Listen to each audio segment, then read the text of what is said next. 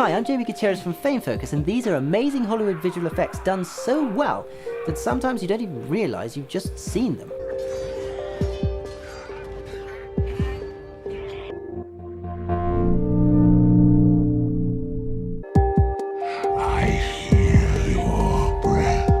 For The Desolation of Smaug, Benedict Cumberbatch not only recorded the voice of Smaug, but also had a camera strapped to his head as he thrashed about on the soundstage.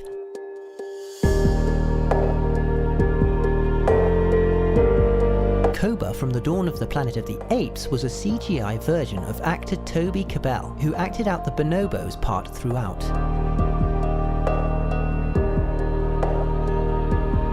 A fully computer-generated model was then constructed and rigged with the tracking points from Cabell's face and body. The motion capturing mixed with the CGI is what made the chimps in the movie so convincing.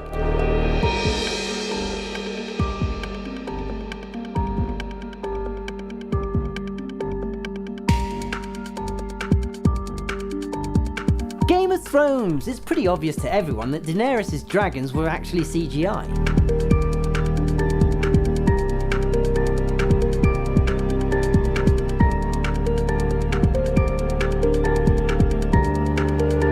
Been a lot less convincing to simply enhance giant puppets, but she still needed to interact with the dragons on set, so rudimentary green props were used.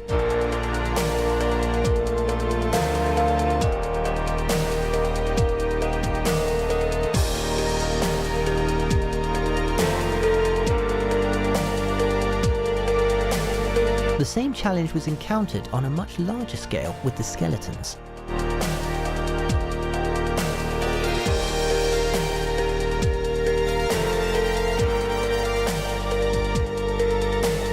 In Guardians of the Galaxy, Rocket Raccoon's CG character was based on a very real raccoon named Oreo.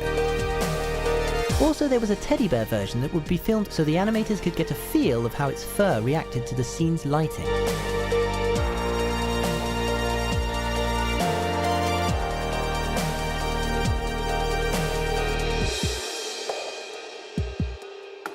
In many of Rocket's dialogue scenes, a speaker and microphone were strapped to an extra to give other actors something to react to.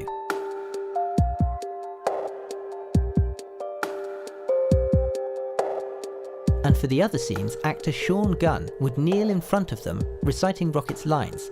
Many of his body movements were actually used in the final animation.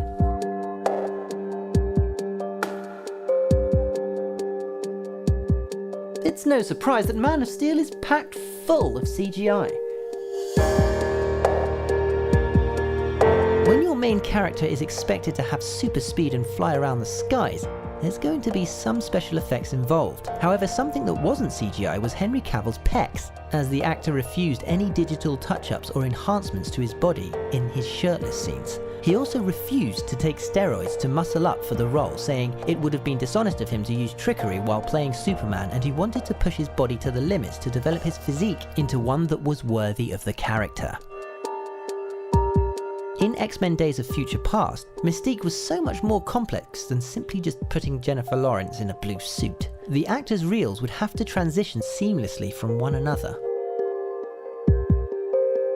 VFX artists added a system called Feathergroom, tracked virtually to Lawrence's blue skin, changing colour as the scales are flipped over. This system could be moved over her entire body like a ripple in water.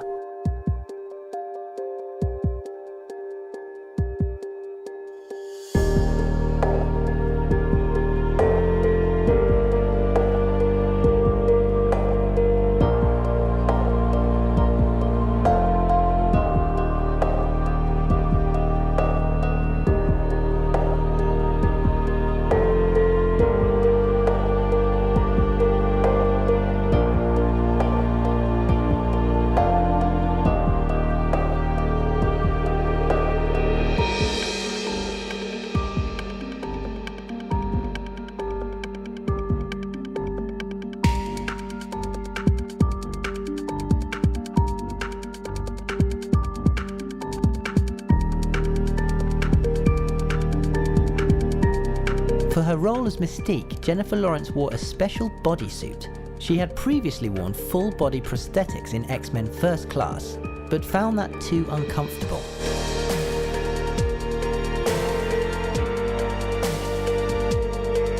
Some people wonder why the majority of the end fight in The Avengers was filmed on a green screen and not in the real Manhattan streets. Just the logistics alone of shutting down a street for the entire shoot would have been a nightmare. Not to mention having to add so much digital debris and matte paintings afterwards anyway, that the whole thing may as well have been CGI from the start. And so it was. Artists had to create cars, mailboxes, fire hydrants, traffic lights, concrete streets, cables, bars, you name it, they CG'd it.